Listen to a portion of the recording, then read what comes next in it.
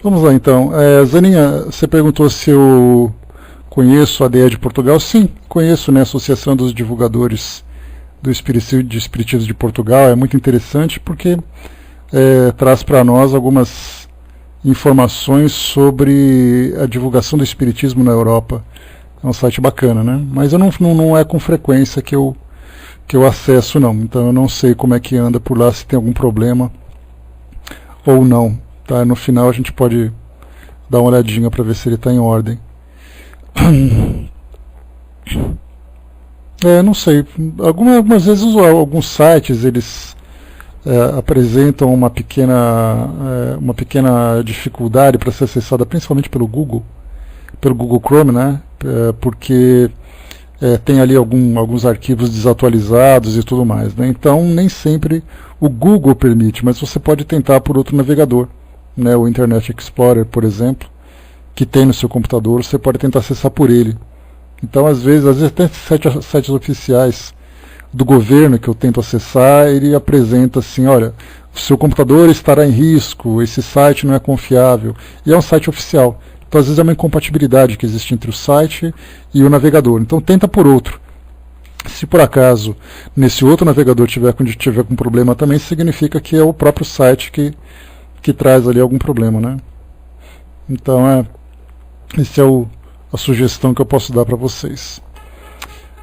Bom, eu tenho aqui alguns temas que a gente pode conversar rapidamente, né? Inclusive falar um pouquinho sobre carnaval, que também é uma ideia, né? Principalmente pelo tema que nós temos hoje, pelo tempo que nós temos hoje, por estarmos nessa época, né?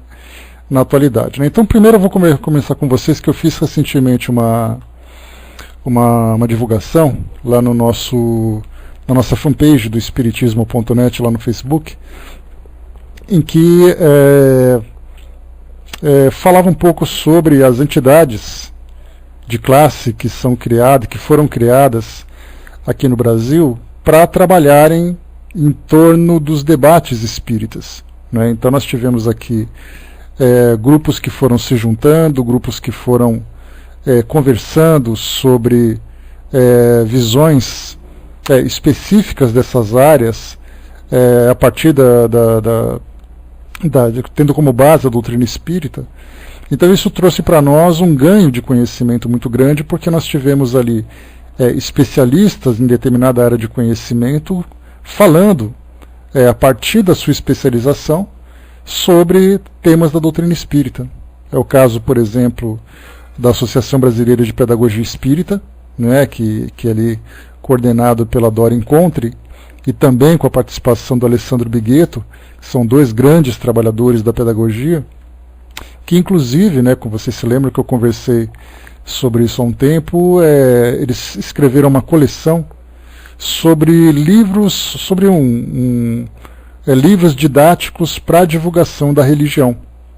E isso vem sendo adotado por algumas escolas que estudam religião a partir desse livro. Então ele não é um livro tendencioso para o espiritismo, mas é um livro absolutamente neutro, que fala sobre todas as religiões de uma forma imparcial.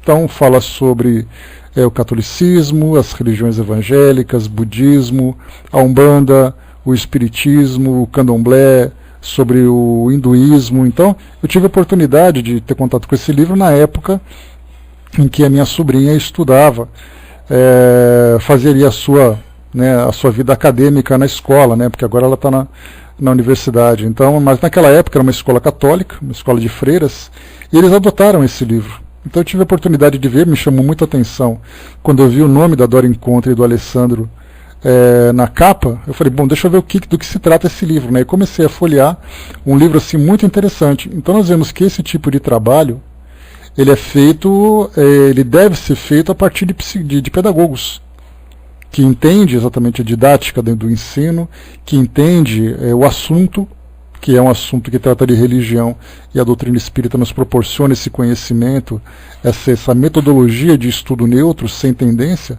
Então a gente vê numa escola católica dessa forma, né? Utilizando então obras que fazem esse tipo de divulgação. Então nós vemos que para que esse trabalho seja bem realizado, há a necessidade de pessoas que têm conhecimento de causa. Não basta simplesmente eu ter boa vontade e fazer um trabalho de divulgação nesse sentido. Se eu tiver esse conhecimento, melhor ainda. E a Dora é pós-doutoranda, né, é pós-doutorada em pedagogia espírita. Não sei se ela já conseguiu terminar o seu pós-doutorado, né, mas ela estava em andamento há um tempo atrás. Mas ela então trabalhava com educação na visão espírita, né, ou seja, a educação espírita. Então é muito interessante essa visão a partir desse grupo especializado, né? Sim, é bem bacana, né? Palestras, ela faz muita palestra, né, Rô? Palestras, escreve artigos, cursos que são oferecidos, inclusive cursos de pós-graduação em universidade que foi fundada por ela, né? Por ela e por colaboradores, naturalmente. Então, a Associação Brasileira de Pedagogia Espírita tem esse propósito de trabalhar com a educação a partir da perspectiva espírita. Depois nós temos também a ABRAD, né, que é a Associação Brasileira de Divulgadores do Espiritismo, que era a antiga ABRAGE, né, que é a Associação Brasileira de Jornalistas e Escritores Espíritas. Então tivemos ali jornalistas e escritores que começaram a analisar o espiritismo a partir de suas profissões. E isso é uma ação bastante louvável, principalmente porque nós temos hoje escritores, nós temos hoje os jornalistas que trabalham nesse campo da divulgação da notícia. Então, se nós não tivermos um princípio de ética e uma proposta objetiva de informar a população de um modo educativo, de um modo visando o progresso da população, na verdade nós simplesmente cairemos no sensacionalismo, que é o que acontece hoje, na atualidade, né? Principalmente, eu cheguei até a comentar aqui em casa, né, observando algumas notícias que eram publicadas. Então nós temos, por exemplo, o Facebook e nós temos o Twitter. O Twitter, principalmente, que ele é um veículo de comunicação, uma rede social que trabalha intensamente na divulgação de notícias, muito mais do que no Facebook. E eu tenho assim muitas instituições jornalísticas, né, cadastradas que eu estou seguindo no meu Twitter, e ali então de vez em quando eu dou uma passada, né, nas últimas horas para saber o que foi publicado, e nós vemos então notícias que são valiosas, né, no que diz respeito aos fatos que acontecem na nossa sociedade, mas também nós vemos ali notícias absolutamente fúteis e improdutivas, inclusive também até mesmo pejorativas e destrutivas de alguma forma. Né? Olá, Nando, bom dia. Então, pejorativas também.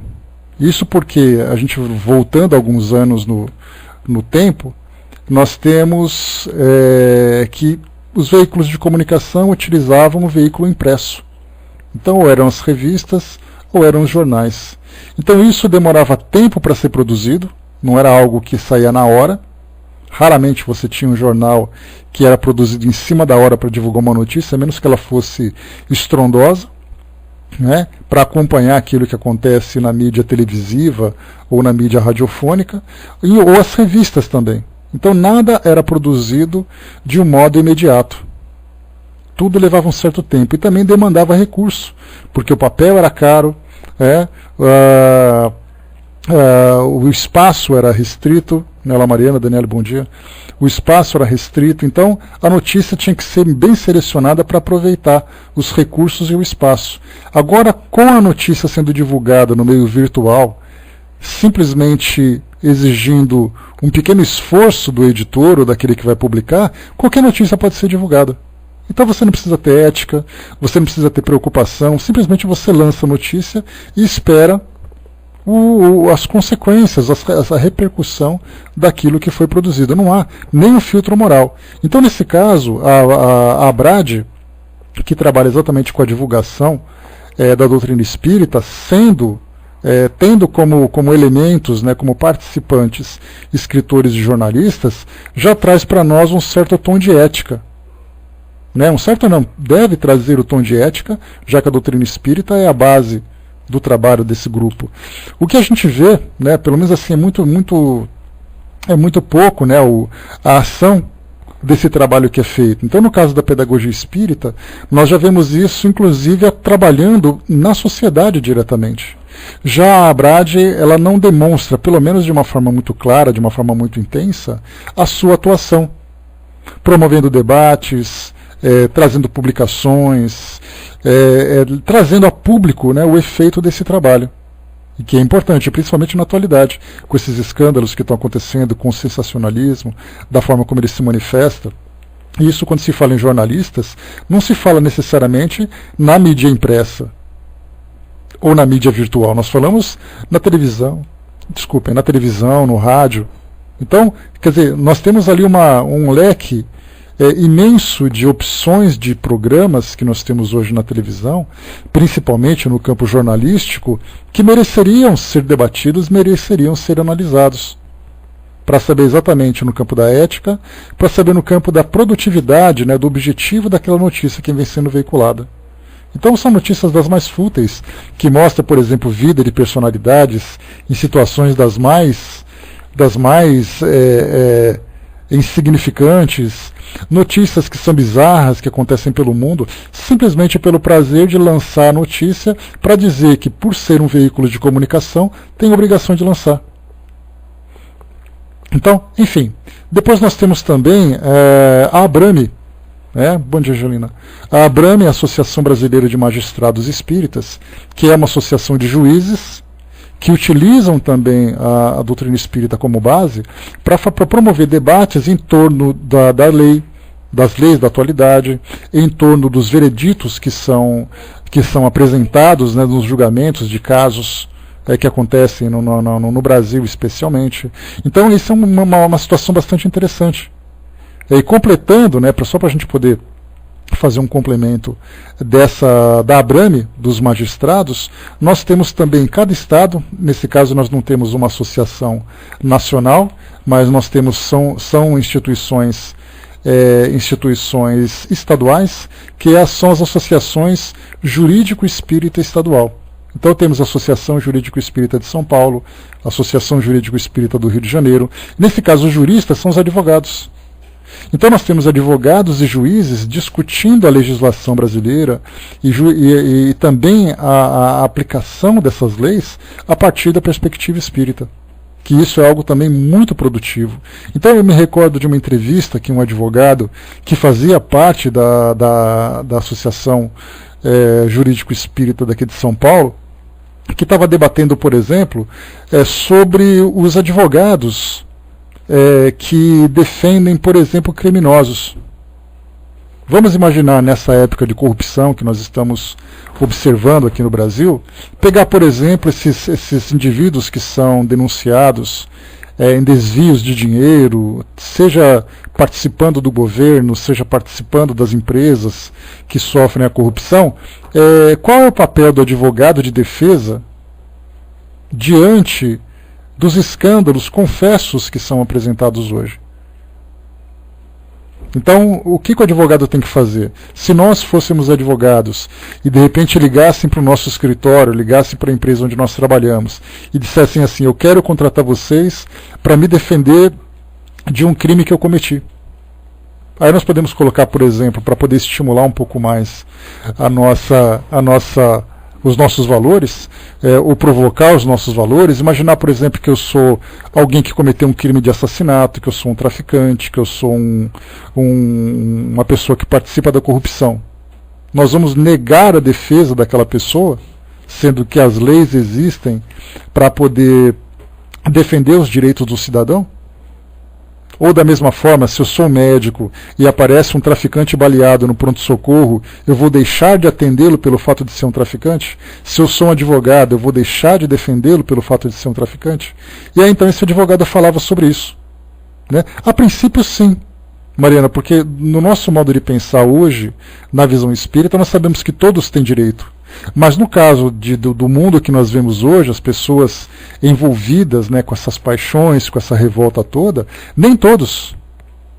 Né? Pois é, exatamente, nós podemos perceber que nem todos se dariam a esse trabalho. As pessoas poderiam dizer assim: olha, entre esse traficante e aquela outra pessoa honesta que chegou, eu dou atenção para a honesta primeiro. Mas por que você dá para a honesta se os dois são seres humanos? Nós não temos policiais, por exemplo, que deixam bandidos que são baleados morrerem, e não é obrigação do policial proteger a vida do cidadão, mesmo que ele seja um criminoso? Então, percebe então que colocando essas questões para o nosso debate, a gente vê, a obrigação moral sim, né? Mas a gente lembra que a ética, em todas as circunstâncias, ela nunca é aplicada plenamente. Sempre existe a paixão, sempre existe a falta de ética, né? Então nós temos ali todas essas situações. Mas enfim, voltando então para essa questão dos advogados, que depois eu vou falar de uma outra instituição também para aproveitar o gancho também desses dois. Falamos dos magistrados, falamos dos juristas. Então esse advogado dizia o seguinte: a lei existe para defender o direito do indivíduo. Muito bem.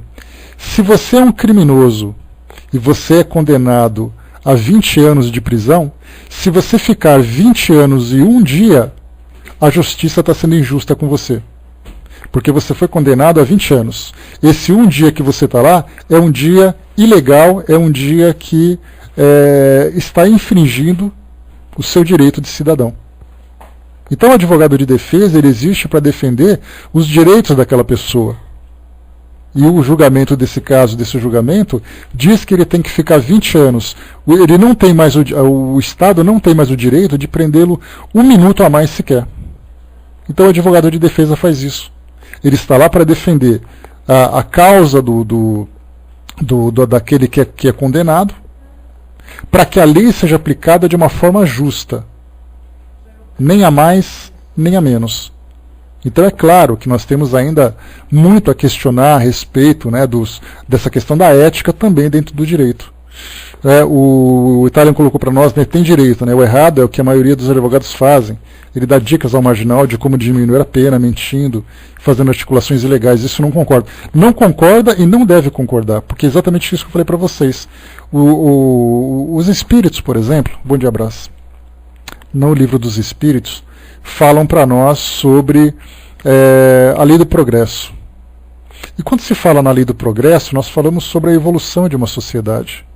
E a evolução de uma sociedade, ela envolve direitos e deveres dos cidadãos.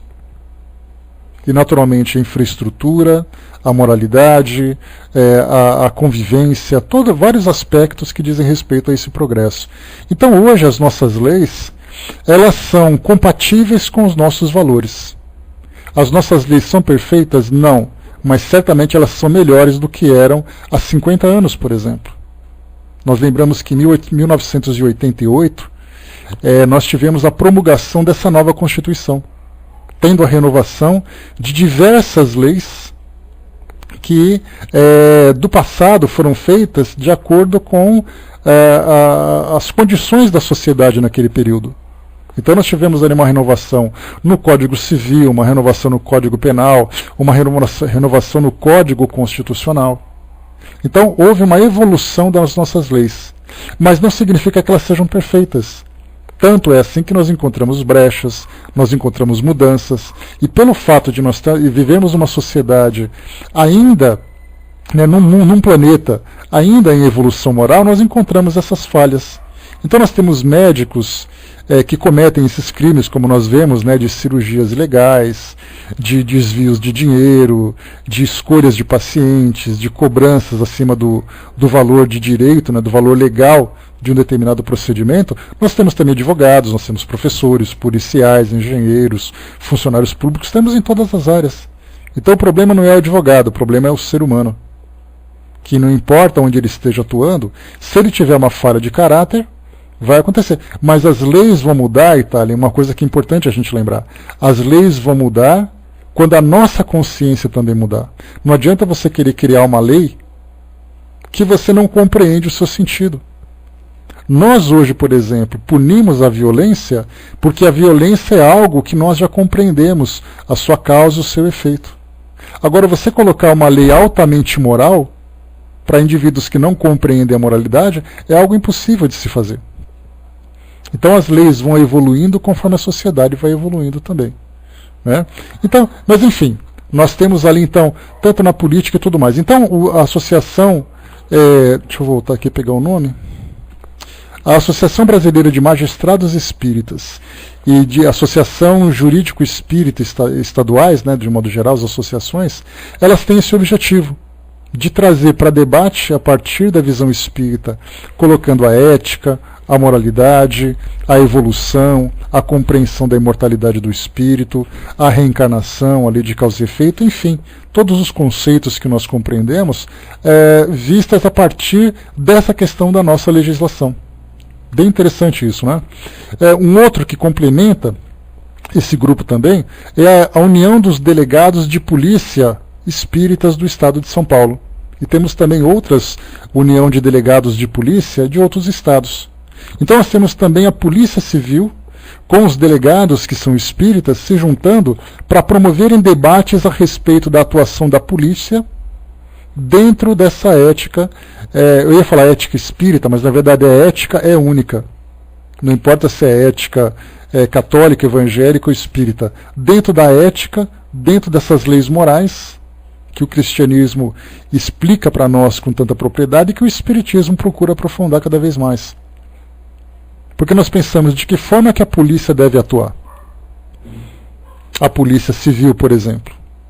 Os advogados, os policiais, os delegados.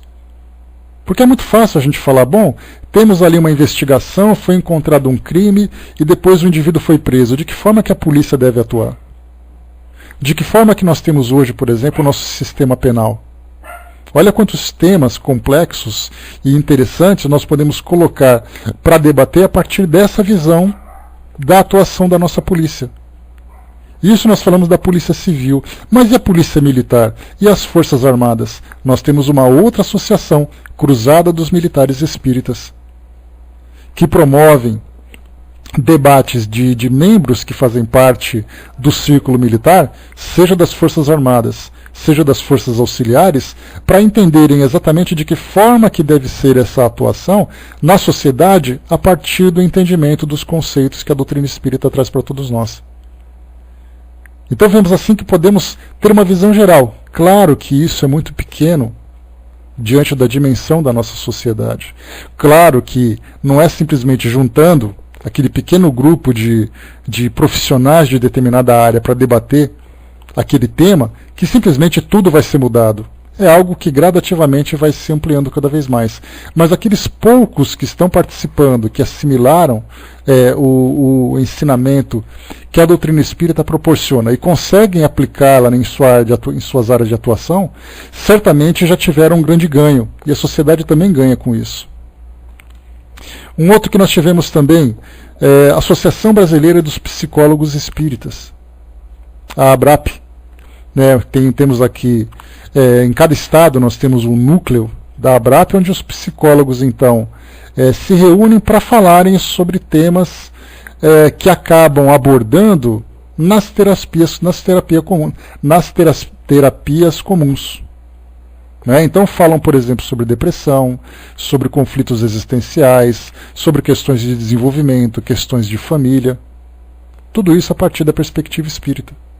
Hoje a psicologia, de um modo geral, estuda a depressão como um problema psicológico do indivíduo, provocado em situações do seu cotidiano ou por uma patologia. Mas e no caso, por exemplo, quando nós temos que estudar as questões que dizem respeito à imortalidade do espírito? As questões que dizem respeito à lei de causa e efeito e os dramas que o espírito traz no processo de reencarnação.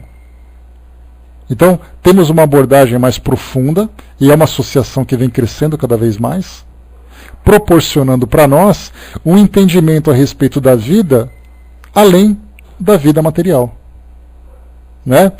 Vários cursos são feitos, né, Zanin? Isso é muito interessante. Então, estudar, por exemplo, a série psicológica de Joana de Ângeles, e de outros espíritos também, André Luiz, muito atuante, Manuel Filomeno de Miranda também, Emmanuel também, e tantos outros.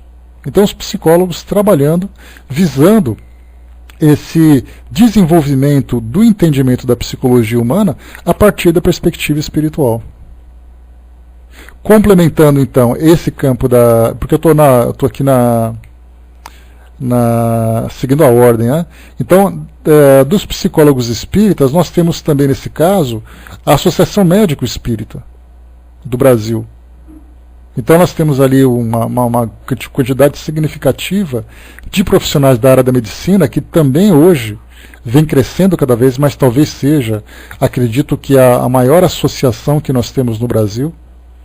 Nós tivemos a doutora Marlene Nobre, que desencarnou recentemente, que era presidente da Associação Médico Espírita Brasil e Associação Médico Espírita Mundial, onde nós tivemos outras associações em outros países que também estudavam a medicina a partir da perspectiva espiritual. E muito interessante a quantidade de psiquiatras que estão envolvidos nesse trabalho, ou de profissionais de outras áreas que também trabalham dentro desse campo da psicologia humana. Nós temos hoje vários profissionais que são bastante reconhecidos, palestrantes, né? Dr. Alberto Almeida, Celso Andoli, que mais? Bom, enfim, temos ali uma leva, né, daqueles que se destacam como expoentes em palestras e tudo mais, e dentro dessas palestras o que nós mais observamos é exatamente a questão da psicologia humana. Mas nós temos outros também, como acontece, por exemplo, em Santa Catarina, na cidade de São José, ou então na cidade de Florianópolis, nós temos ali aqueles centros espíritas, não é Centro Espírita André Luiz, é o Núcleo Espírita André Luiz, o NEAL, que faz cirurgia espiritual. E nessas cirurgias espirituais, como acontece também aqui em São Paulo, como acontece no Rio de Janeiro, nós temos profissionais da área médica do campo das cirurgias estudando também as cirurgias espirituais, trabalhando com cirurgias, mas com uma compreensão do perispírito, das energias, da materialização, dos passes, da influência espiritual. Então temos ali vários tipos de estudos realizados dentro dessa associação também. A Zaninha colocou: na minha escola temos diversos professores espíritas, 2 vezes por semana, no intervalo do meio-dia, fizemos prece e estudo, uns 30 minutos. Estudo é importantíssimo. E principalmente sendo professores, estudar a questão da pedagogia, quer dizer, a pedagogia espírita, estudada por professores que vão aplicar essa metodologia, esse entendimento a essas mentes que estão sendo formadas, né, os alunos, é fundamental. Temos uma outra também que é bem interessante. Só a Angelina colocou.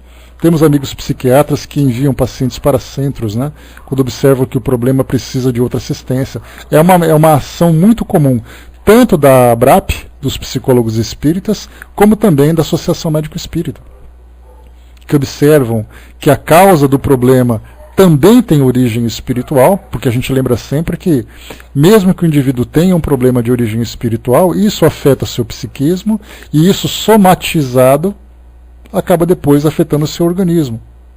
Então ele tem ali a necessidade de um apoio psicológico, a necessidade de um apoio médico, mas também a necessidade de um apoio espiritual. Então é feito um trabalho multidisciplinar para poder chegar a um objetivo maior, que é a cura do paciente, ou pelo menos amenizar as causas do problema que ele vem enfrentando, né?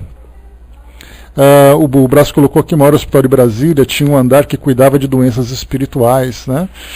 Pois é, precisa ver a abordagem, né, Brás? Porque para saber se era uma abordagem trabalhando com a questão da fé, como a gente tinha comentado, né, aqui em São Paulo, na Universidade Federal de São Paulo, o Dr. Sérgio Felipe de Oliveira instituiu aquela cadeira de medicina e espiritualidade, trabalhando com fé, trabalhando com a religião das pessoas, mas sem envolver questões objetivamente espirituais. Então, nesse caso, precisaríamos ver, né, se por acaso trabalharam questões espirituais ou questões espíritas propriamente ditas. Né? No caso do Vale do Amanhecer, trabalhava mediunicamente também. Então já envolve mais as questões espíritas, bem bacana. Aproveitando essa questão da saúde, nós temos também agora, aqui na Associação Médico Espírita de São Paulo, que é o núcleo da Associação Médico Espírita, e esse núcleo foi fundado na Universidade de São Paulo, na Faculdade de Medicina, pela doutora Irvênia Prado. Foi criado então um núcleo de medicina veterinária e espiritualidade, né, Rosemary, bom dia. Então é um outro núcleo também que estuda a questão dos animais, trabalhando a espiritualidade. E isso é algo bastante presente hoje nos estudos, nos artigos dentro do espiritismo, de profissionais da área de saúde dos animais falando sobre a alma dos animais, falando sobre organismos dos animais, falando sobre reencarnação.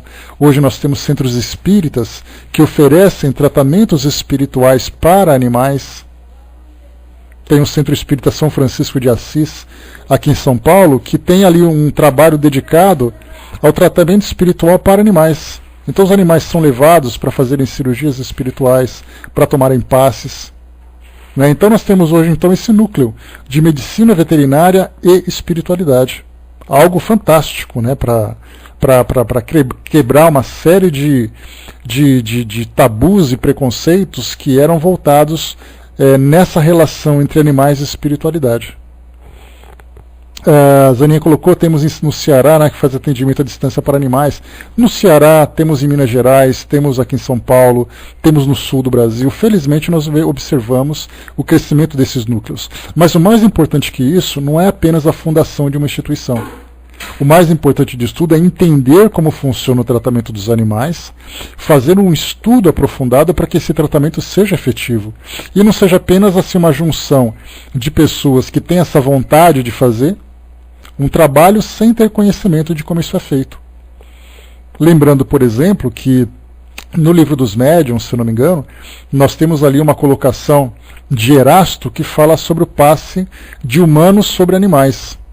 E que aquele animal acabou depois desencarnando pelo fato de receber uma sobrecarga de fluidos que não era compatível com a sua natureza.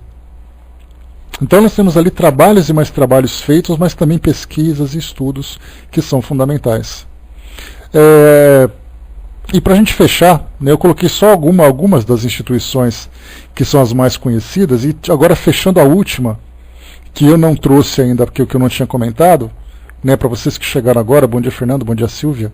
Eu falei então sobre a Associação Brasileira de Pedagogia Espírita, né, eu comentei no início que eu fiz a publicação de uma relação de algumas instituições de classe que estudam hoje a doutrina espírita e trazem para nós, para a comunidade espírita e para a sociedade de um modo geral, que tem interesse nesse conhecimento, a relação de algumas entidades que foram fundadas por profissionais de determinadas áreas aqui determinadas áreas de conhecimento aqui do nosso país em especial, para discutir e debater a doutrina espírita.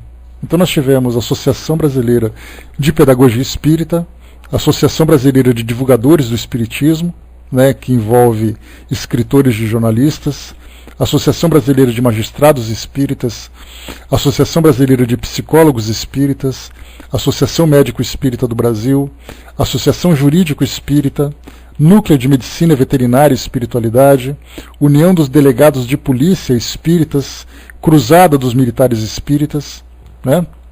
E agora, o último nessa relação aqui, que é a associação, que é a ABRART, né, Associação Brasileira de Artistas Espíritas. E nesse caso, né, muito pertinente para a gente poder fazer esse nosso gancho, a ABRART, ela estuda a arte a partir da visão espírita. Não é simplesmente realizar eventos artísticos, que nós temos festivais de música, festivais de dança, festivais de teatro, né, festivais de produção cinematográfica, mas nós temos também debates interessantes. E estudar o carnaval por essa visão da ABRART é muito interessante. Ontem, por exemplo, na Sala Espiritismo Net Brasil, onde nós fizemos o estudo, estavam lá o Fernando e a Zaninha, né? E a Mariana também tinha dado uma chegadinha lá para ficar com a gente. Nesse caso, do tema que nós abordamos ontem, como eu comentei, o carnaval ele é uma festa que é muito debatida dentro do meio espírita, entendendo os excessos, né, eu criei assim essa sequência para a gente lembrar. Os excessos de comportamento, seja na sensualidade, seja no uso de substâncias, seja no desregramento de comportamento, seja no abuso das resistências físicas, pessoas que viram à noite, pessoas que passam dias sem dormir, se alimentam mal, tomam substâncias que prejudicam a saúde e tudo mais. Então, os excessos que geram o desequilíbrio e que geram depois os processos obsessivos. Então, normalmente, os debates em torno do carnaval, a partir da visão espírita, é debatido sobre esse tripé. Né? Então, o que eu trouxe um pouco a mais para poder mudar um pouquinho dessa nossa rotina, dessa nossa visão? Nós temos, por exemplo, a questão da arte. Porque hoje nós temos o carnaval que é observado também por três perspectivas. Né? A perspectiva da música, porque a gente lembra que nós temos a arte fala do teatro, fala da escultura, da pintura, da música, da dança, de vários outros temas. Né? Então, o carnaval, música é fundamental. Então, podemos perguntar assim, se a música tem o propósito de elevar a alma, como a arte de um modo geral, quais são as músicas que hoje nós estamos cantando, as pessoas estão cantando, as crianças estão cantando? Que nós temos hoje são músicas de qualidade, são músicas de estímulo dos nossos instintos? Qual é exatamente a qualidade dessa música? Nós falamos então que a música naturalmente leva à dança. Como as pessoas estão dançando hoje? São danças que trazem expressões corporais de elevação da alma ou expressões corporais de manifestação do instinto? Onde nós temos a vulgaridade, que é o que a gente mais vê. E depois nós temos também as outras questões de escultura, de pintura. As pessoas se vestem, e isso é uma manifestação artística, criam esculturas, também é uma manifestação artística. Qual a qualidade desses elementos, desses adereços que são produzidos? Hoje nós vemos pessoas, por exemplo, seminuas, com roupas vulgares. Isso mostra então que o carnaval, dentro dessas questões artísticas, né, nós podemos dizer assim que a arte seria um grande manto, e abaixo desse manto estão se manifestando os nossos instintos. Portanto, o carnaval, que seria uma festa neutra, né, isso aqui é só um resuminho do que a gente conversou ontem, né? O carnaval, que é uma festa neutra, se transforma na verdade em uma festa de vulgarização. E uma pergunta que é colocada, por exemplo, significa assim, mas será que isso que nós hoje vivemos, será que hoje que isso nós praticamos dentro da festa do carnaval, traz tanto prejuízo assim para a elevação do espírito? Algumas pessoas vão dizer assim, mas isso é tão pouquinho que nem significa muita coisa. São só nesses 4 dias, depois o resto do ano a gente recupera. Então a gente pode dizer assim que isso certamente não traz o prejuízo absoluto. Ninguém vai se perder, vai perder sua alma por causa disso, embora muitas pessoas levem um tombo muito profundo. Então ninguém vai cair tanto por causa disso, mas certamente esse tipo de comportamento não contribui em absolutamente nada na evolução do indivíduo. E como nós estamos aqui, exatamente, vai perder um tempo enorme.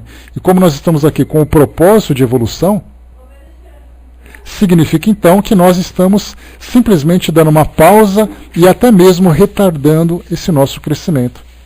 Porque o progresso é contínuo. A gente não trabalha constantemente e dá uma pausa para uns desregramentos para depois retomar. Mas aí então, como foi o tema que nós colocamos, quer dizer então que nós estamos proibidos de viver o carnaval? Não. O carnaval, como todas as outras festas, são festas que trazem para nós a alegria, que trazem para nós a confraternização. O Natal, o Ano Novo, uma festa esportiva, como o final de um campeonato, a festa do carnaval, a Páscoa, o Dia das Crianças, todos os dias são dias de festas. Só que nós temos sempre que colocar a nossa vigilância sempre ligada para que a gente aproveite esse momento de uma forma proveitosa. Nós temos por direito, nós temos por dever o trabalho, por direito o dever, por direito o descanso. Então o trabalho por dever, o direito, como direito o nosso descanso. Nesse nosso descanso, por que não viver de uma forma saudável? né? Então é isso que falta para todos nós. Então o carnaval hoje é uma festa que fala muito sobre sexualidade, sobre erotismo, sobre o uso de substâncias, de bebidas alcoólicas. Mas também o carnaval é vivido de uma forma saudável. Só que, lamentavelmente, a grande maioria prefere viver esses excessos. E aí prejudicam a si mesmos sem se darem conta. O Nando colocou lá em cima, aqui em Florianópolis temos também o ICEF, né, o Instituto de Cultura Espírita, que tem como mantenedor o Dr. Ricardo de Bernardi, médico homeopata e pediatra, né, tem vários livros abordando o tema gravidez e espiritismo. Ele não é ginecologista, Nando? Se ele não for ginecologista, eu preciso renovar aqui o meu arquivo, porque eu sempre achei que ele fosse. Mas enfim, um livro ótimo que ele escreveu, por exemplo, foi Gravidez, Gestação, Sublime Intercâmbio. Né, esse livro fala sobre a gestação a partir da visão espírita e tudo mais. Né? Então, muito interessante também para quem quiser, inclusive, fazer uma pesquisa. Mas o Instituto de Cultura Espírita também tem esse objetivo, de fazer com que a arte, de um modo geral, a cultura, seja entendida de um modo elevado. E aí é curioso nós observarmos o entendimento da arte a partir da visão espírita, porque, por exemplo, são criados festivais de dança. E aí muitas pessoas perguntam assim, mas o que a dança tem a ver com o espiritismo? Na verdade, a dança, como eu comentei ontem sobre isso, ela é uma manifestação da alma que, através das expressões corporais, manifestam os seus valores, manifestam os seus sentimentos, as suas emoções. E quando você faz um festival de arte abordando a dança espírita, como é chamado popularmente, na verdade nós vemos ali uma mensagem que é transmitida, uma mensagem de elevação, uma mensagem de nobreza de sentimentos através das expressões corporais. Festival de cinema espírita, né, o festival de pintura. Nós temos hoje, principalmente no campo da psicopictografia, né, que são esses quadros mediúnicos, que são pinturas abordadas também por essa visão da arte espírita. Festival de música, tivemos recentemente um festival da canção espírita muito interessante, que então eram músicos espíritas que apresentavam suas músicas, como um festival de canção popular, como acontecia antigamente, o festival da canção, né, que era década de 1970, 1980, onde nós tínhamos ali grandes expoentes hoje da música que despontaram naquela época. Me recordo, por exemplo, de Emílio Santiago, Lucia Lins, Ivan Lins, Oswaldo Montenegro, Tete Espínola, né? Vocês se lembram, né, que são um pouco mais antigos, se lembram dessas personagens que acabaram, né, se destacando depois na música. E aí então nós temos esse trabalho que é feito para a divulgação da música, ou seja, melodias e letras que são fundamentais. Né? Bom dia, Rosimeire. Em Sobral, né, nós temos também cromoterapia. Então, a cromoterapia também é um outro tipo de tratamento, que na verdade não é um tratamento espírita, mas é um tratamento que aborda, né, a questão da saúde, que também é estudado pela Associação Médico-Espírita, pela Associação de Psicólogos. Porque a cromoterapia, pelo fato dela ser difundida muito como algo esotérico, como algo como uma terapia alternativa, hoje já é vista como uma terapia complementar, analisando efetivamente o seu efeito. Mas aí a gente pensa assim, mas a medicina tradicional estudaria os efeitos da cromoterapia? Não, porque ela não leva em consideração as terapias espirituais. Mas as associações médico-espíritas já estudam isso. Estudam porque percebem que a cromoterapia trabalham envolvendo diretamente a questão do perispírito e das energias. Então isso é muito bacana também, um outro tema a ser estudado a partir dessa visão espiritual. A Rô colocou para nós, né, a apresentação litero-musical, né, Coração do Mundo, Pátria do Evangelho em Minas Gerais. É um outro tipo de festival também que vem sendo lançado. Né, o Haroldo Dutra Dias fazendo ali a apresentação. Então, pesquisem sobre esses temas que nós conversamos, para vocês verem a riqueza que nós temos hoje de estudos, de trabalhos que são realizados, que quanto mais participantes, mais difundidos forem os resultados, maior será o aproveitamento e o entendimento que nós vamos ter. Né? Então é algo muito proveitoso de ser avaliado. Né? Então só para lembrar, pessoal, para vocês que chegaram agora, hoje seria o estudo do nosso livro A Gênese, né, como toda segunda-feira a gente faz, segundas e quartas, mas como hoje era meio de feriado, muita gente não poderia comparecer e tudo mais, então eu resolvi colocar um tema livre. Aí para começar então eu queria comentar, já há algum tempo que eu queria fazer isso, falar um pouquinho sobre essas associações, né, para entendermos de que forma que elas trabalham, quais são os resultados e tudo mais. Então, né, hoje a gente fez aqui agora nessa sequência, esses trabalhos então que são feitos, que vale a pena nós tomarmos conhecimento, porque de nada adianta essas associações serem fundadas e apresentarem seus trabalhos se nós espíritas não nos interessarmos em conhecer aquilo que eles fazem, não entendermos como são esses resultados. Então melhor do que ouvir os profissionais que estudam a doutrina espírita e que também aplicam esse conhecimento nas suas áreas de atuação, para nós é sempre um grande benefício. Então, nos interessemos por isso também. Vale a pena a gente ampliar esse nosso conhecimento, até porque nós temos hoje várias questões na sociedade que levantam a nossa curiosidade, que despertam em nós essa curiosidade de entender exatamente de que forma que nós poderíamos entender esses eventos que acontecem na sociedade a partir de uma perspectiva mais elevada. Muito bem, ontem mesmo conversei com a Mariana, ela tinha me colocado uma questão, né, deixa eu ver aqui, existe a Imprensa Espírita, né, um jornal ou revista que aborda ou apresenta o trabalho dessas entidades que você apresentou. Né? Então, essa questão da Imprensa Espírita faz parte da ABRAD, Associação Brasileira de Divulgadores do Espiritismo. Né? Você está me perguntando se existe a Imprensa Espírita? Olha, Mariana, nós temos revistas, né, que são criadas, temos sites também, que estão aí divulgando, é uma questão de pesquisar mesmo. Não fiz assim, eu coloquei lá na fanpage do espiritismo.net, é só chegar lá no Facebook, colocar Espiritismo, deixa eu ver aqui o nome exato, espiritismo.net, põe lá no Facebook que vai aparecer a nossa fanpage, é só vocês clicarem lá para acompanhar, dá uma descidinha nas publicações que nós lançamos, eu coloquei ali o nome de cada entidade e também o site delas. Aí vocês clicam e dá uma chegadinha lá para ver se vocês encontram alguma informação de interesse de vocês. Tá legal? Muito bem, mudando agora um pouco de assunto, né, mudando assim, né, tem a Revista Internacional Espírita, temos a revista a RIA, tem a revista... me esqueci o nome agora, mas tem o Jornal Espírita, tem várias publicações que nós temos hoje. Agora que aborda, que faz especificamente o trabalho dessas entidades, aí eu não saberia te informar. Eu não sei te informar. Tá? Muito bem, vamos mudar de assunto agora. Deixa eu ver aqui. Aqui, ó, no Facebook você escreve espiritismo.net. Aí lá você vai ter a nossa fanpage, você clica lá para dar uma curtida na página, e aí vai descendo ali nas publicações antigas. Eu publiquei essa notícia no dia 5 de fevereiro.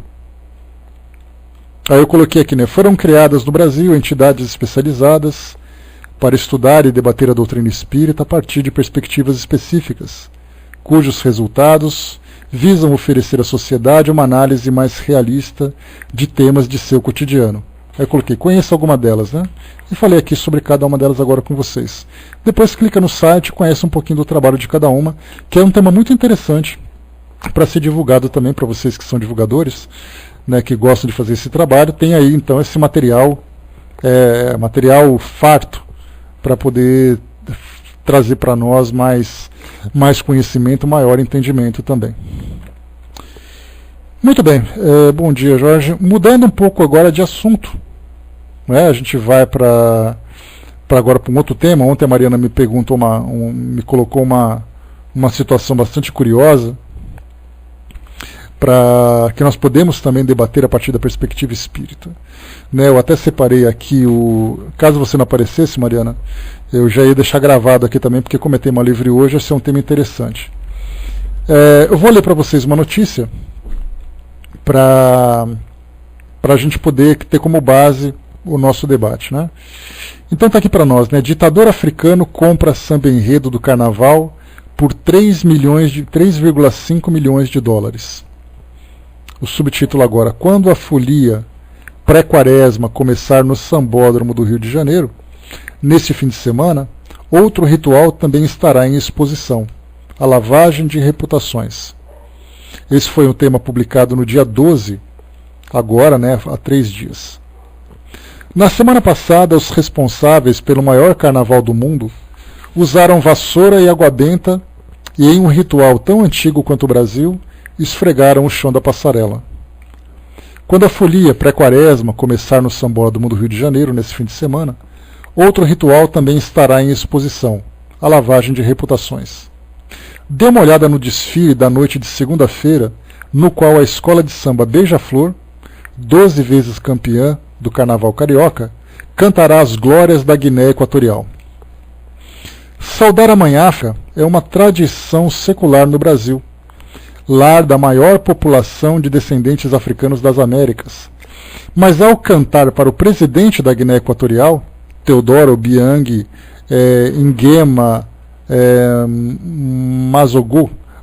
Bazogo, um ditador com um fraco pelo samba e uma ficha cheia de violações dos direitos humanos, a Beija-Flor colocou o gênero uma oitava acima. Então, o que são algumas execuções sumárias e prisioneiros torturados entre amigos? Afinal de contas, custa caro colocar na avenida um grupo de mais de 4 mil dançarinos e percussionistas e uma frota de carros alegóricos em uma apresentação ao vivo com uma produção do nível da Broadway. A Beija-Flor, que recebeu 10 milhões de reais, que equivalem a 3,5 milhões de dólares de Obiang, foi apenas a última escola de samba a hipotecar seus paetês em troca de patrocínio. O carnaval moderno no Brasil nasceu do pecado. Décadas atrás, quando os chefes do Jogo do Bicho decidiram financiar o talento das favelas, onde o samba nasceu. As favelas ganharam plumas de avestruz e tambores, enquanto os bicheiros lavavam suas reputações. Acrescente fotos com prefeitos e celebridades, e um puleiro de um carro alegórico de 5 andares, e o ciclo de centrifugação estava completo. Como me disse Nelson Mota, escritor especialista em música popular, a tradição do carnaval diz que o dinheiro não tem cor, nem origem, nem bandeira. As pessoas fazem vista grossa. Mas quando as festas dos blocos se transformam em show business, a corrida pelos endinheirados se tornou intensa. As empresas de cerveja foram as pioneiras entre as companheiras, combinando as vendas de bebidas com o marketing de inserção de produtos no sambódromo, reportou Ricardo Noblat do jornal O Globo. Empresas aéreas, fabricantes de carros e siderúrgicas seguiram o exemplo. Não demorou para que o governo entrasse na cena. As arquibancadas lotadas e a audiência televisiva global ofereceram o quadro perfeito para iniciativas políticas, sem importar quão duvidosas fossem com o dinheiro do contribuinte. Os estrangeiros entenderam rapidamente. Em 2006, Hugo Chávez derramou alguns petrodólares na Vila Isabel para que a escola dançasse para a ambiciosa Revolução Bolivariana, e a escola foi campeã. A canção tema, Soy Louco por Ti América, esse foi o tema, né? 2 anos depois, Portugal entrou na festa, contratando 4 escolas de samba diferentes para cantar sambas sobre o bicentenário da chegada da monarquia ao Brasil. Nenhuma delas fez piada sobre o imperador. O carnaval é ótimo para esse tipo de generosidade. Se dançar para ganhar fortunas, sem se importar com o que está sendo retratado, tornou o concurso melhor, isso já é outra questão. O Brasil desenvolveu a especialidade de acolher os tiranos, disse Mota. Isso faz com que os antigos bicheiros do carnaval pareçam apenas pitorescos. Para ser justo, os compositores da Beija-Flor musicaram e escreveram seu próprio samba, um motivo panegírico ao griot. figura mística do filósofo contador de histórias, venerado em boa parte da África Ocidental. Para se garantir, contudo, Obiang, que é o ditador, examinou a letra. Esse foi um artigo publicado, para quem quiser depois ler melhor, um artigo publicado no site infomoney.com.br. Infomoney.com.br. Está aí o link que eu passei para vocês. Bom, a questão que foi levantada ontem, tendo como base o patrocínio desse ditador para lavar a reputação, porque nós temos lavagem de dinheiro e temos também lavagem de reputação.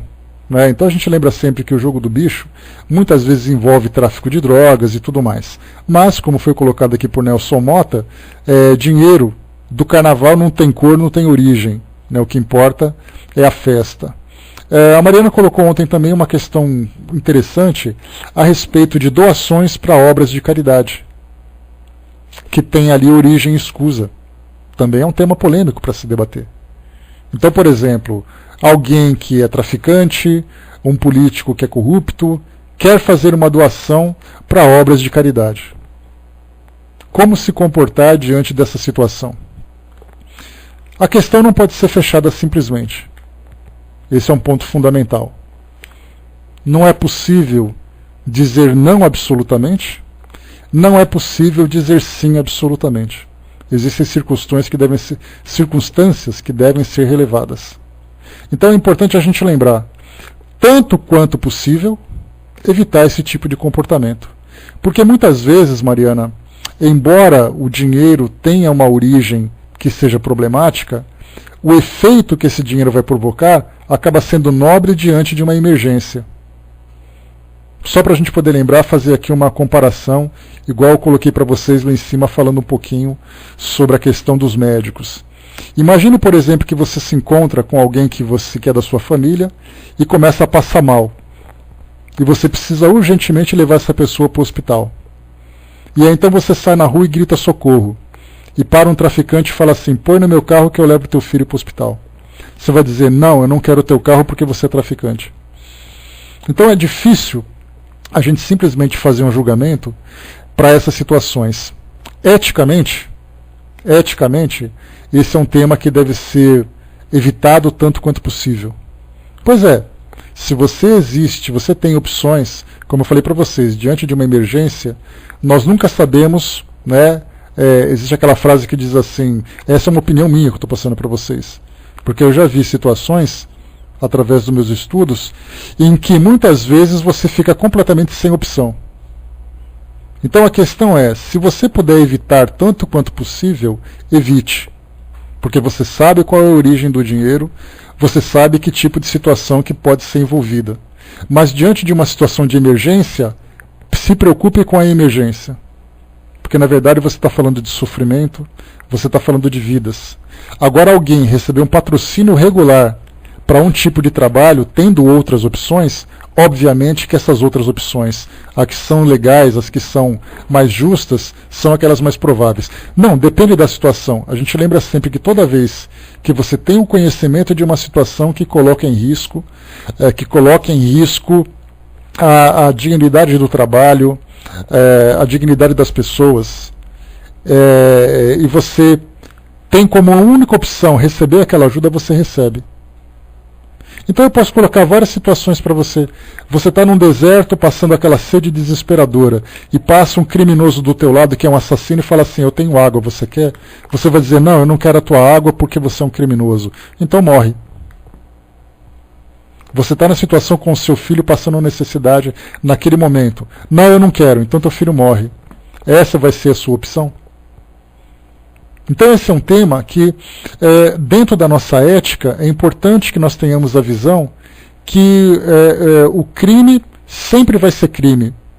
Mas o maior crime que nós cometemos é aquele crime que nós nos omitimos. Então eu sempre coloco, tem aquela frase que é muito popular, frase de para-choque de caminhão, nunca diga dessa água não beberei. Mas se você puder evitar essa água, evite. É o melhor que a gente faz. né? O problema é a possibilidade de ficar preso àquele elemento que vai se sentir como se fosse devedores dele. São questões que têm que ser analisadas detalhadamente. Esse é um ponto que você colocou que realmente é uma realidade. Então, quer dizer, não se pode criar dependência. O que ele quer em troca? Alguém chega para você, olha, eu te dou esse dinheiro se você fizer tal coisa.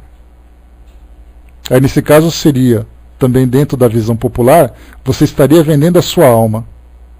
Qual é o preço que vale a sua alma? Qual é o preço que vale a sua ética? Qual é o preço que vale a sua dignidade? Então, nas situações mais extremas que existem, eu acho que qualquer sacrifício é válido para que você vise um bem maior. Mas, tanto quanto possível, evitar esse caminho. Porque ele sempre vai trazer consequências, né, se por acaso houver essa dependência, esse vínculo. Então, esses extremos são realmente graves, né? Nando colocou, né, houve uma situação dessa com a Madre Teresa, não lembro o que ela fez, se aceitou o dinheiro. Né? Então, quer dizer, também temos ali. No caso de Madre Teresa é muito diferente, né? Ela tem o capricho de negar o dinheiro porque certamente outras portas vão se abrir. Mas quando a gente fala de uma instituição numa cidade pequena, no meio do nada, que de repente você tem uma emergência, imagina que você trabalha com uma creche, com crianças carentes, e uma criança precisa de dinheiro para comprar um remédio que ela está passando muito mal. E chega alguém na rua e fala, olha, quer que eu tenho esse dinheiro, quer que eu te dê? Aí você não vai pegar aquele dinheiro porque você tem ética e você não quer comprometer os valores da instituição, colocando em risco a vida da criança? Então, basta a gente começar a colocar questões dessa gravidade para a gente começar a repensar, não os nossos valores, mas a nossa atuação diante da situação. Então a questão que nós vamos colocar é, tanto quanto possível, não. Mas diante de uma emergência, por que não? Analisar tudo. Quem é, por que está fazendo, quais são as consequências, qual é o objetivo, qual é a sua maior necessidade. Então, tanto quanto possível. Como eu falei para vocês, a gente nunca pode dizer que dessa água não beberei. A gente nunca sabe o que o futuro vai nos reservar. E a gente nunca sabe também o que aquela doação pode trazer de benefício para aquele que doou. É uma oportunidade que aquele tem de fazer o bem. Então, são questões que devem ser colocadas na balança.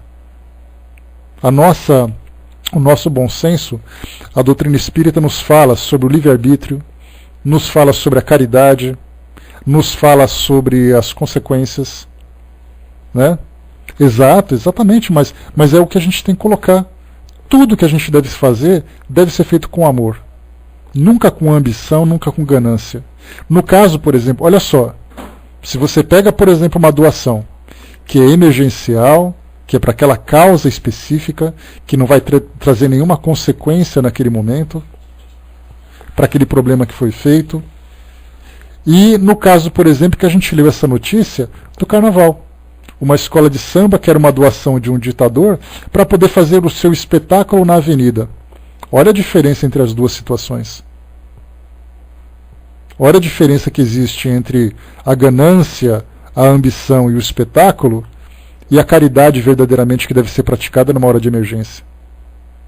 Então, cada situação, uma análise diferente e sempre colocar o bom senso, sempre colocar o amor e a caridade acima de tudo. Eu acho que esse é o ponto fundamental, é exatamente a lente que nós devemos utilizar para fazer um julgamento. Essa é a visão que eu tenho da situação. O Fernando colocou, né, imagina aquelas doações que são feitas, apenas depositadas direto na conta da instituição, sem perguntar de onde veio. A mesma coisa. Muitas vezes nós temos ali, aqueles casos, por exemplo, para a gente lembrar, é muito comum a gente ver na mídia associações culturais montadas em comunidades, naqueles morros cariocas. Então nós temos ali uma escola de dança, uma escola de esporte, temos ali uma agência de emprego, muitas vezes mantidas por traficantes de drogas. As crianças que estão se beneficiando daquele tipo de trabalho, aquele tipo de cultura, estão sendo patrocinadas por traficante, mas o benefício que isso vai gerar para aquelas crianças são benefícios fundamentais. para que ela se transforme, para que ela não se transforme num traficante. E a questão é, e agora? Como se deparar diante dessa situação? O amor, o bom senso e a caridade. Eu acho que é a melhor forma que nós temos de fazer uma análise diante de tudo isso. Agora, claro que é muito fácil, né, você abrir mão de uma luta, né, daquela humilhação de ter que bater de porta em porta, de ter que dar a cara para levar um não, de implorar para as empresas, para as pessoas fazerem sua doação. É muito mais fácil você aceitar um dinheiro fácil do que você se submeter a esse tipo de trabalho. Só que esse trabalho de humilhação, de levar o não na cara, é muito mais digno do que o outro. Mas como eu falei, diante de uma emergência, a gente sempre tem que pensar no bem que aquilo pode provocar. Mesmo que muitas vezes tenha essa origem. Mesmo que muitas vezes você quebre um pouco da sua resistência moral, e lembrando sempre que isso não comprometa, né, bom dia Pirilampo, desde que isso também não comprometa o trabalho que vem sendo realizado. Então é sempre a partir dessa visão. É algo que nos coloca em situações dramáticas, né? Pois é, aqui que nós botamos o nosso bloco na rua, né? Então estamos aqui na comemoração. A Cindizinha colocou, né, recusar a ajuda que vem dessas pessoas tipo criminosos não é tirar deles talvez a única oportunidade que eles aproveitam para fazer o bem? Foi o que eu coloquei para vocês. Muitas vezes é uma forma de fazer com que ele pratique a caridade e se sensibilize. Mas a gente tem que analisar profundamente aquilo que passa no coração dele. Como é que foi colocado, né, a gente lembra sempre que Deus nos julga pelas nossas intenções. Qual é a intenção daquele criminoso? Qual é a intenção daquele infrator? Ele está querendo fazer o bem por fazer o bem? Porque a gente lembra sempre que apesar do crime que existe diante da sociedade, esse crime diz respeito, nós falamos sobre isso, né, Fernando? Nós falamos a Zaninha também estava lá com a gente na sexta-feira. A Angelina também estava, né? Nós debatemos na sexta-feira sobre inteligência e instinto. Quando se fala sobre instinto, o ser humano, por instinto, ele é egoísta, ele é agressivo, ele é egocêntrico, né? Não, nem sempre, Mariana. Presta bem atenção no que eu vou colocar agora para vocês nesse pronto para a gente poder analisar. Então, um crime que você comete, ou um erro que você realiza, nós, por exemplo, podemos não nos considerar criminosos, mas eventualmente cometemos erros baseados na sensualidade, no egoísmo, naquela impulsividade, coisa e tal. Isso faz parte do nosso instinto. A nossa inteligência já é mais ponderada. E quanto mais sustentada pelos valores, melhor é a atuação dela. Muito bem.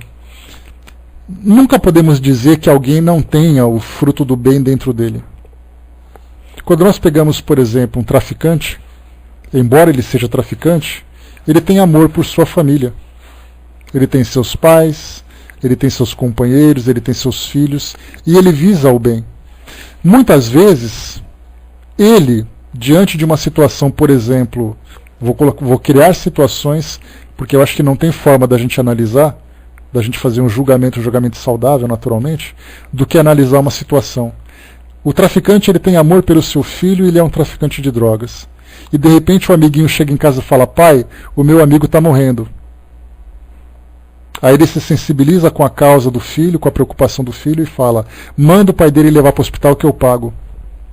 Qual é o interesse dele a não ser fazer o próprio bem, embora ele seja traficante? Então nós vemos assim que existe em nós o erro provocado pelo instinto, mas existe também o bem. Né? Essa que é a grande questão. Né? Então quer doar escondido, que ninguém saiba, para limpar a consciência. Não, pois é, tem assim que pensar em todas essas causas. Não existe uma regra de bolo, uma receita pronta, uma receita de bolo, pronta para dizer quando é um, quando é outro. Tudo é uma questão da gente analisar. Qual é o objetivo de cada pessoa, qual é o propósito que cada um tem. Quantas instituições hoje são sustentadas por esse dinheiro que não necessariamente é um dinheiro criminoso. Muitas vezes é um dinheiro legal. Por exemplo, uma outra situação para a gente analisar. Eu sou um comerciante ganancioso. nessa época do carnaval, por exemplo, a gente vê vendendo comida, hospedaria, vendendo água a preços absurdos, mas tudo dentro da lei. Eu sou ganancioso, eu vou falar assim, opa, eu vou aproveitar e vou então vender tudo mais caro porque para mim vai ser maravilhoso. E aí então eu pego o lucro desse dinheiro, uma parte, e faço uma doação para uma creche. Aí o pessoal fala assim, não, ele é um comerciante, o dinheiro dele é limpo. É limpo, mas motivado pela ganância. Então, quer dizer, nem tudo que é legal é moral. Mas não necessariamente alguma coisa que venha a ser ilegal, numa situação de emergência, se torna absolutamente imoral. Vemos ali então os prós e os contra. Tudo uma questão de bom senso. Se a gente quer a porta estreita, há a necessidade do sacrifício. Exatamente. Tudo me é lícito, mas nem tudo me convém. Então, quer dizer, tem a porta larga e a porta estreita. A porta larga é fácil. O trabalho caritativo realizado com essas facilidades, ele perde muito do seu brilho. Mas o trabalho caritativo está sendo realizado. O trabalho caritativo realizado com o sacrifício dos trabalhadores, que mostram realmente a boa vontade de trabalhar, faz com que o brilho seja muito mais intenso. Então, nem tudo sim, nem tudo não. Sempre analisar a justiça, o bem, o amor, a caridade. Eu acho esse é o meu ponto de vista que eu coloco para vocês, Mariana. Se eu tivesse no seu lugar, talvez eu me colocaria na mesma situação pelas circunstâncias que você enfrentou. Se eu tivesse em outra situação, talvez eu agisse diferente, talvez sim, talvez não. Tudo é uma questão de vivenciar. A doutrina nos traz essa visão, percebendo que por causa de uns, né, tem até uma expressão que é bastante curiosa, que é dita principalmente nos filmes de Jornada nas Estrelas, que diz assim, o sacrifício de poucos para o benefício de muitos. Muitas vezes nós sacrificamos a nós mesmos pelo bem maior. Agora, nunca sacrificar muitos pelo bem de poucos. Aí sim a gente comete aquele erro que vai exigir de nós o resgate. Né? Tudo se agiganta em fatos como esse, né? O tititi se torna uma bola de neve. É uma questão de analisar friamente a situação. Nunca buscar facilidades por esse motivo. A facilidade é a porta larga. Você comete a caridade, você pratica a caridade, cometendo um crime contra a sua consciência com conhecimento de causa. Ah, eu sei que é assim, mas tudo bem, isso passa. Não passa não. Mais vale você sujar as mãos para fazer o bem do que você fazer o bem com as mãos limpas e com a consciência suja. Né? Ou seja, mãos sujas, consciência limpa. Mãos limpas, consciência suja. É isso que a gente tem que ponderar nessa balança. Tá? Não sei se eu ajudei nessa situação, né, nesse entrave que você acabou se deparando, mas eu acredito que o nosso ponto de vista deve ser esse. Essa deve ser a nossa visão em situações como essa. Só para lembrar, né, para vocês que chegaram no final aqui, coloquei, né, falamos um pouquinho inicialmente sobre as associações de classe que o Espiritismo hoje acabou apresentando para nós, na associação de artistas, médicos, advogados, policiais, militares, veterinários, pedagogos, jornalistas, né, que fundaram associações para poder divulgar o Espiritismo de uma forma magnífica, né? E agora nós falamos sobre as doações que vêm de fontes escusas, né, de fontes ilegais, para realizar, no caso do carnaval, escolas de samba recebendo patrocínio, né, do jogo do bicho, de traficantes, de ditadores e tudo mais, e também trabalhos de caridade que recebem dinheiro, muitas vezes de fontes semelhantes. Então esse foi o nosso debate de hoje. E como eu coloquei, né, a gente abriu espaço aqui para falar um pouquinho sobre tema livre, né? Coloquei aqui alguns temas para a gente poder debater. Né? Fernando colocou, né, dando um prato de comida a alguém com a desgraça alheia. Pois é. Né? Ou então passar o chapéu dos outros para você dizer que a caridade é sua. Mesma coisa também. me empresta o seu chapéu para poder fazer, para pegar a doação, né? Então também tem essas situações para a gente analisar. Então é isso, gente. Fechando por aqui o nosso bate-papo de hoje, né? Ficamos aqui 1h30, que parece que foram 15 minutos, né? Então, mais um tema para a gente poder debater. Então a gente lembra que amanhã vai ser feriado. Obrigado, Cindizinho. Amanhã, feriado, nós não teremos estudos, voltamos